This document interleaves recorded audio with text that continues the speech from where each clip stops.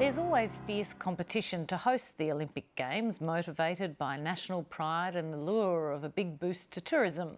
Supporters of the Games say they bring the world together in a spirit of cooperation, showcasing the best in human achievement, the kind of things that can't be measured in dollars or TV ratings. But high costs, security risks, even corruption are also part of the modern Olympics. So, are they still worth it? Jane Flemming is a former Olympic track and field athlete. Peter Fitzsimmons is an author and columnist for the Sydney Morning Herald. And Dr. Linton is a senior lecturer at La Trobe University's Centre for Sport and Social Impact. They all joined me a short time ago. Welcome to you all. Thank you. An opening comment on the Rio Olympics in the context of our central question being, is it worth it? We've got rising crime, the Zika virus, less than optimum infrastructure, health warnings, the threat of terrorism, a political crisis and a country in recession. Jane Flemming, how are you feeling about the pending Olympics? Do you know, I think that we have all of those things because there are an enormous number of journalists around the world that get tagged with an Olympic tag and they have to file every day. And in the 2 weeks before an Olympic Games, and even in the year preceding an Olympic Games, they have to file. And in the 2 weeks leading into an Olympic Games, there's no sport. No one's competing, they're all peaking, and they have to file on something. And inevitably in every major Games, whether it's a Commonwealth Games, an Olympic Games, there are a whole series of stories that make the Games seem in a far more perilous situation than they actually are. And once the sports start, seriously, having a T-shirt stolen from one of the village apartments, if there's half a dozen people winning a gold medal, would not make a story. But when there is no sport, that's what happens. So I think that the Rio Olympics will be fine. The ceremony kicks off tomorrow, and once the sport starts and we start winning gold medals and the humanitarian side of things and the human stories start to come about, I think we'll be okay. Peter Fitzsimmons, one of our viewers, Jake Neville, wrote to say the Olympics bring the world together in healthy sporting competition rather than pointless war. He asks, and I'll put the question to you, isn't that reason enough to continue on with it? Look, I hope Jane's right. I hope that it just comes alive. Jane tells me that it starts tomorrow morning at 6 or 7 o'clock. I didn't know. I have never seen less of a buzz for an Olympics than there are right now. And what she says about journalists doing those stories, I'm one too. I do that. Why do you think there's less of a buzz this time? Well, because there's we've come to recognise that Olympics is like Spaceship Olympics that lands in these places. It's like World Cups. They land in places, they suck up all the juice for 2 weeks and then they disappear, leaving behind venues. I've just come from Athens. There were 22 venues built for Athens. 21 of them are lying deserted and they still haven't paid back the money. And Jane, I might say, with the greatest respect, you are an Olympic athlete, okay? That's in your blood. I am a couch potato. But can I so my couch potato ain't sprouting for this Olympics. No. I'm not feeling it. Dr. Linton, on the question of cost, all up, Russia, for an example, spent $51 billion. It was the most expensive Olympics in history. Has the bar been set just too high for small cities now to compete? Good evening, Emma, by the way.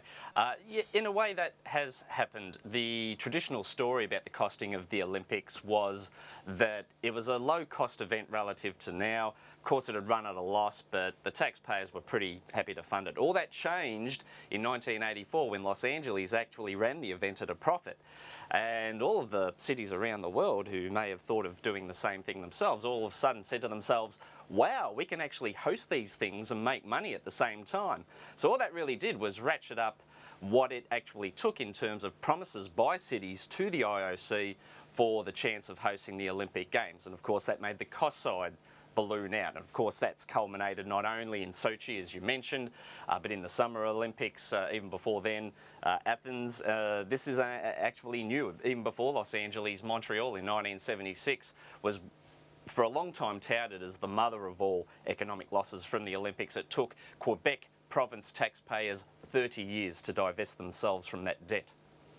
Jane Flemming, because this is the point that Peter Fitzsimmons was making too, you end up with these legacy assets that lie dormant and a city in ruins. Rio is already in recession after their $4 billion investment. Well, but can I say that you also end up with a whole lot of legacy assets that aren't like that? And so in Beijing, they did a heap of things that are legacy infrastructure. So they built an airport that was bigger than all 5 Heathrow terminals put together.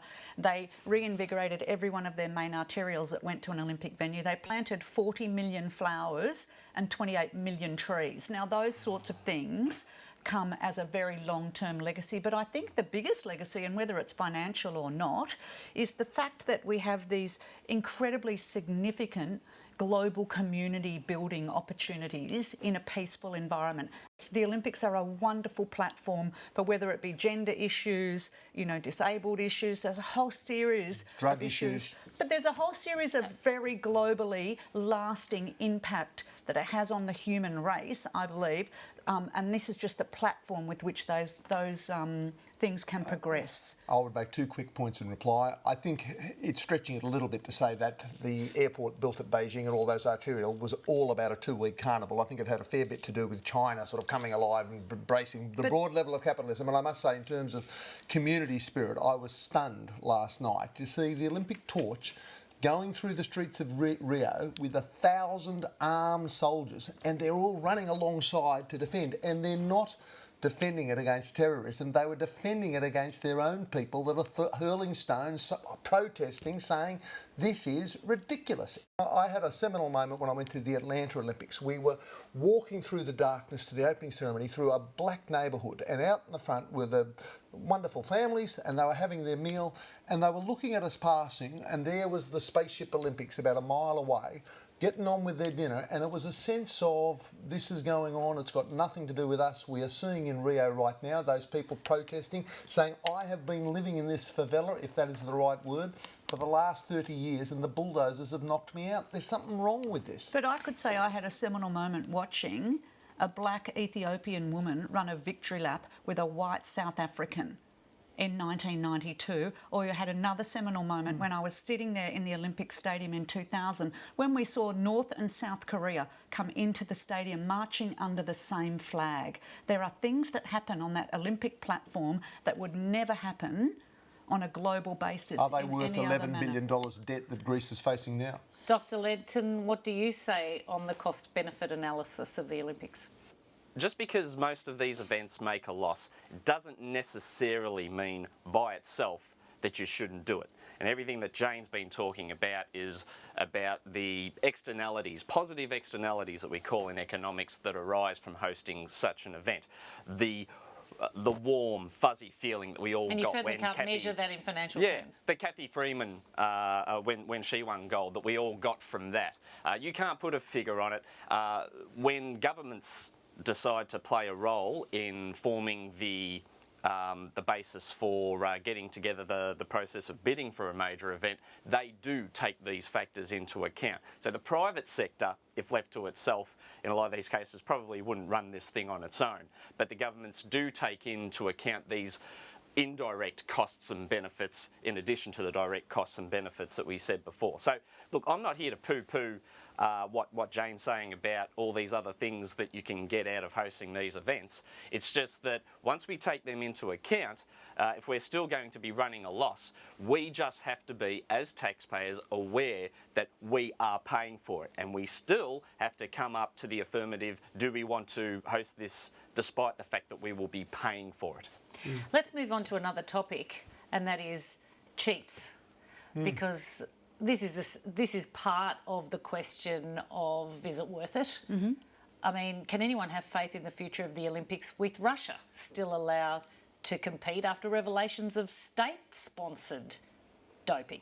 The only thing that I would ever say, or 2 things I would make a point around the drug-taking culture within sport.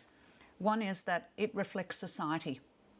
Until you ever get rid of drugs in society, then you'll never get rid of drugs in sport. So I think that all along sport reflects what's going on in society. I think the second thing is that human nature, as it is, the rewards for excelling are so great that human nature will always mean there will be people that do it. Having been on the cold face of sport and of Olympic sport for the last 20 to 30 years, I have to say that we only ever hear about the small minority that do it. The majority of participants do not take drugs, the And majority. And I agree with everything you've just said, and that explains it. But the only way forward is to say, I just don't want to watch that. What was needed to say was, Russia, you're out. Forget it. They didn't do that. They just brought them on board. And the first time you have a surprising result from a Russian athlete that climbs the podium, we will see the silver person and the bronze person, and we'll look at the gold person from Russia and we'll go, is that really dinkum? And the only way forward, and everything you've just said, which I agree with, is for the people to say, you people can have flecks of urine in your steroids if you must, but I don't want to watch that. Let's say good luck to the Australian cricket team. The Australian Olympic team, one of those. We are out of time. Peter Fitzsimmons, Jane Flemming, Dr. Linton, thank you all so much. Thanks again, Emma. Thank you. Will you be tuning into the Olympics for the